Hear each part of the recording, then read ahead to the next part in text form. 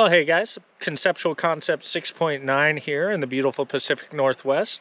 And today I am doing a follow-up video to my first ever video. It was a pretty controversial one, also my most popular by far. I'll leave a card for it right up here if you haven't seen it. It was making a case for the general purpose rifle AK in 7.62x39. And I directly compared it against ARs in a lot of manners, just because in the US the AR is the most prolific rifle and it's what most people think of when you think of a general purpose rifle. Now, I got a lot of heat for that. A lot of AR guys were pretty triggered and made claims that the AR is just better at everything. And it's better at a lot of stuff, and that's what I'm going to go over today. So today's video is going to be why an AR is a better general purpose rifle than an AK, or why you might want to choose it over an AK. So let's get into the meat and potatoes. So AR versus AK and 7.62x39, AR and 5.56 obviously. Let's start with one of the bigger ones. The AR is an inherently more accurate gun.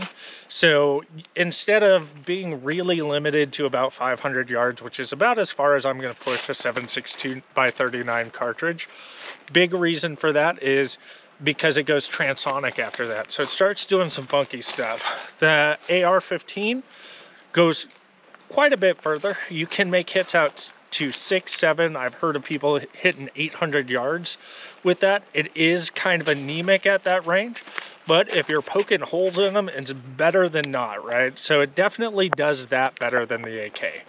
Now, next on the list is it is more modular. AKs can be fairly modular, but the AR, capitalism, has really worked its magic on. And you can really switch out anything on this gun, from the handguard, the barrel. Every little piece is, with tools, easily changed out. It's not needing heavy-duty tools. You can do it at home on a bench with a couple wrenches and all that good stuff. So definitely lends itself better to that, as well as thermals becoming more of a part of the battlefield. Clip-ons are definitely a big deal. Even the more modular AKs don't lend themselves well to clip-on thermals because you have a break in the rail. Whereas AR-15s, you don't. You have this long continuous rail. It's a lot easier to mount thermals on. Now, the AR does lend itself a little better to ergonomics in terms of emergency mag changes, and its safety's in a little better spot. So in a lot of ways, it's a little easier to use, but we'll get into the differences in ergonomics in a later video. Next on the list is generally they are lighter. Now, this Block 2 is a little bit of a pig. It's got the SOCOM barrel on it, so it actually weighs within a couple ounces of my GPR AK, but this is known to be a heavier AR-15, and my GPR AK is actually a fairly light GPR AK. So, heavier end of the spectrum here matches up pretty close with the lighter end of the spectrum on the AK end. So, definitely a lighter rifle. So next up, the threads on ARs are generally concentric. It's an anomaly not to have a concentric thread. So mounting suppressors is much easier on an AR-15, much less painstaking. AKs, while the world is getting better in terms of thread concentricity, still about a 50-50 that you're going to end up with concentric threads. So you might hit some hurdles there. And suppressors are becoming more and more common on the battlefield. Definitely an important part to consider. Past that, the AR is an enclosed system. So in muddy environments, it tends to keep cleaner and run better when it gets mud all over the rifle. The AK is slightly more open, so mud can get into the trunnion where the bolt locking lugs get, and it can have some issues there. So the AK reliability thing, in terms of mud, is not exactly accurate. It's not this fabled work in any condition gun. So the next reason is logistics. So depending on where you live, the most common rifle in your area is probably your best bet. So in the US, it is the AR bar none. The AK is second, but it's a pretty distant second at this point. So, you borderline can't walk down the street without tripping over AR parts, magazines, and ammunition. So the availability there is a huge thing to consider when you're building out a general purpose rifle, as well as if you have friends, what are they running, right? Because if you're running an AK and all your friends are running ARs, you run out of ammo and you're needing to continue fighting, you're kind of SOL because they can't share ammunition with you. So definitely something to consider, and this is by far the biggest reason that I think ARs are a very good general purpose rifle in the United States. It's also why over the last 6 to 7 months, I have devoted a lot of time to running ARs and learning more about how they work. Before that, I never really considered them, but as time's progressed, I've kind of seen a need to get familiar with this platform, have a good solid one for, preparedness. So I will be going over in a later video the unique complications of switching from a guy who's run AKs for the last 15, 20 years to a AR, because there are some unique complications there. So look forward to that video as well. So now we're going to get into the cons of this rifle. So one of the bigger ones for me, because I come from the AK world, this does require a more intensive care schedule. You do want to be checking your extractors, especially with the shorter or more over-gassed barrels. You do want to make sure it's lubed up. If it runs dry, most of my ARs, I actually have only one that runs fairly reliably, mildly oiled.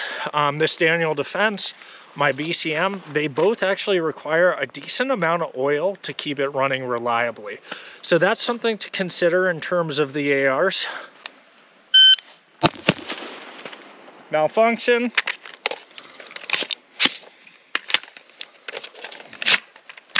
Let's restart. I could work through it, but that's not a... So next on the downsides for an AR-15 is cold weather performance. At this point, it's just a fact.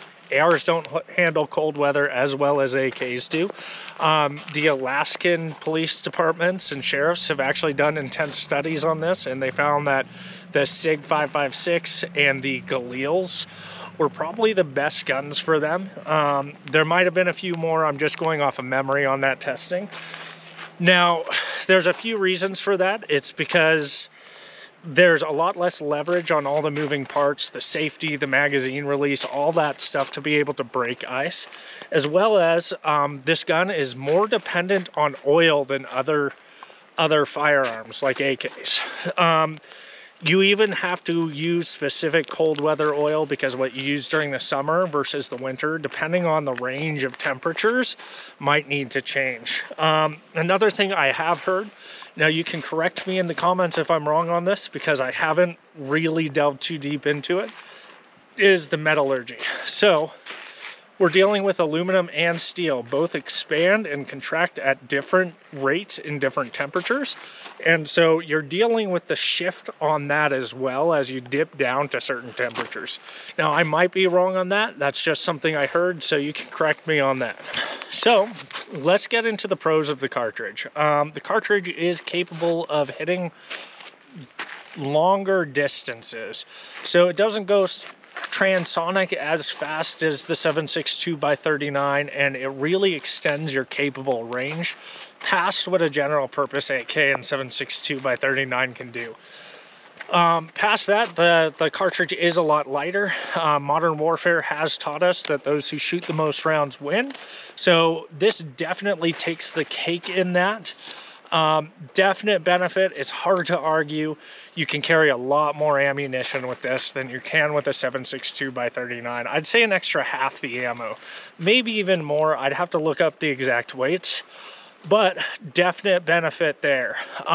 Past that, it is definitely a more common cartridge in the United States.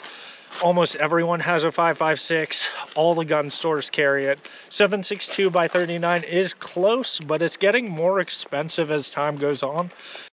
So now let's get into the cons of the 5.56 cartridge. Inherently, it is slightly less reliable. Now, I can't emphasize slightly enough, but it is a more straight-walled cartridge, so it's a little less tapered. Most of these guns can't reliably run steel. Now, some of them can if they have loose enough tolerances, but most AR-15s just can't reliably run that. Past that, barrier penetration is definitely something you have to watch out for with this. It's not as hard hitting. And brush deflection. So if you live in thick brush, if that's a concern, sticking with a heavier round might be a better option. There is a reason past the fact that most of these countries have been running 7.62x39 for a long time, but there is a reason Vietnam and other countries are sticking with the 7.62x39 cartridge. And the reason is, in the jungles, stuff like that, it keeps track, it keeps pushing through the brush a lot better than 5.56. And so Vietnam has opted to go with a Galil Ace, which costs more than your run-of-the-mill AR-15, but it retains that 7.62x39 and the curved magazine and all that good stuff that really works well in the jungle. So there's a definite benefit there over the 5.56. So with all that being said, I want to end on the note, it really doesn't matter that much.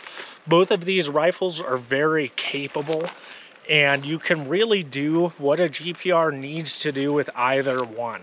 What matters a lot more is that you get outside, you actually learn to shoot your rifle, you get proficient with it, and you know it. Training is key, not the rifle. So with all that being said, this has been Conceptual Concept 6.9 signing out and reminding you to go outside, touch grass, and eat ass, all right?